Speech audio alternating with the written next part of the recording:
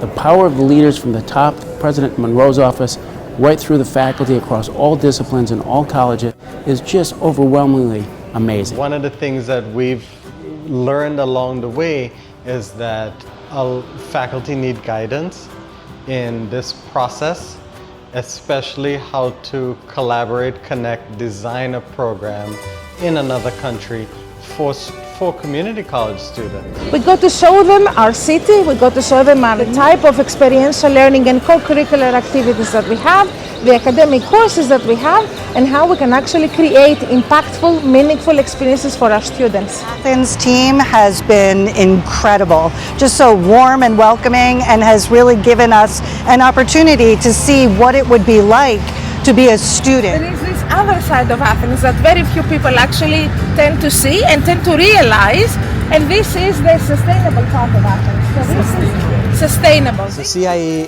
has already shown that they're such a great support to us, so bringing us into Greece and letting us really practice our ideas and flesh them out. And I'm hoping that the experience that I'm having, feeling like I'm a part of a community with my colleagues, is the same experience that students will have. I've always used New York City as an extension of my classroom, but now I have the opportunity to use the world as an extension of my classroom.